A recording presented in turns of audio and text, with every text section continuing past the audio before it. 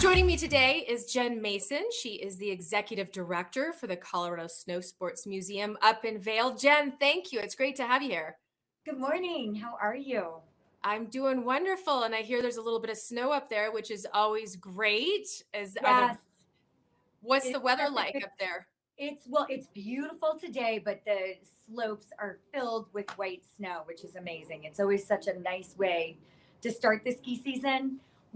We've been very fortunate with all the snow that we've received, and there's more snow coming, so it's been great. Oh no, that's perfect. So tell us a little bit about, for those that might not be familiar with the Colorado Snow Sports Museum, can you give us a little overview on the history and how the organization developed? Yeah, so the Colorado Snowsports Museum is located in Vail. We are not the Vail Museum. We are truly the Colorado Snowsports Museum. We were started by the state in 1975 to celebrate Colorado turning. 1 year later, we were turning. Colorado became a state in 1876. And in 1976, they were selling its 100th birthday. So, in that realm and all of that fun stuff, they created the Colorado Ski Museum because back then that snowboarding was not in existence.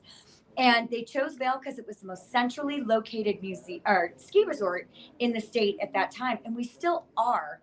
If you look at a map, we are truly right smack dab in the middle of snow country.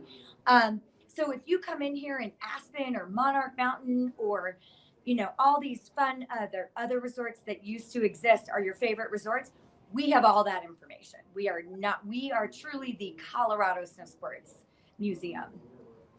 And the history behind it is pretty interesting, especially with athletes and world travelers coming from all different parts of the country and globally as well. Yeah, absolutely. And like you can walk in here, it's a really compact, fun little museum. It's very contemporary, it's very interactive now. And you can learn about people like the athletes like Cindy Nelson, other Olympians that have come from the state of Colorado. But also you learn about sport builders and all of those people who really created the industry. So it's not just about athletes, it's truly about the people like the mountain managers and the guys that ran the lifts. And it's truly about the entire snow sports industry. And even if you're not a snow sports enthusiast, people come in and they're like, I learned so much in That's a really fun incredible. way. Yeah, no, that's interesting, because there's so many different resorts, but Vail, as we all know, is a world-renowned destination. So, as long as locals too still have that same feeling, which I believe adds and contributes to what the whole history is behind the ski slopes and the mountain and what you have at the Colorado Snow Sports Museum, which is fantastic. Can you share with us a little bit more about some of the events and fun activities that you have coming up? And one in particular, and I see that you have the display set up behind you, is the 10th Mountain Division. Can you talk to us about that? Yeah. So yeah, it's hard to talk about the 10th Mountain Division, super, but I'll be as quick as I can. So No, the you're 10th fine. Mountain Division were a division of World War II. Um, and they did the impossible during the entire when they fought during World War II. But really, what we care about is when they came back from World War II, they literally started the outdoor industry as we know it today, not just the ski industry, but the outdoor industry.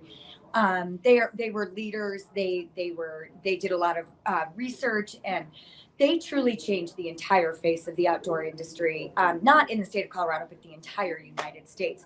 And we have the largest exhibit right now of 10th Mountain artifacts on display, and we also tell their story from beginning to end. We have this amazing Warren Miller film. Of course, it's amazing because it's done by Warren Miller. 45-minute documentary on the 10th Mountain Division. And Vail, the Vail was founded by Pete Seibert, who was a 10th Mountain Division soldier. So it really ties back right back into our history. Aspen was also was a ski mountain before the war, but then prior, after post World War II, Theodore Pfeiffer, who was a 10th Mountain Division soldier, also started Aspen as the ski mecca that it is today. So it's not just Vail. They started 62 ski areas in the state of Colorado alone.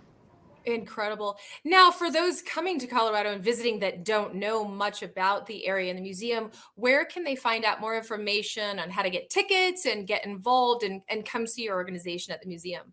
Yes, so the coolest thing about our museum is we are 100% complimentary. We are a donation based nonprofit organization. So you can walk into the museum, you can spend 5 minutes here. Some people spend 2, 3 hours here. It's crazy. But so you can just come. We're completely free. We're located in the Vail Transportation Center. And we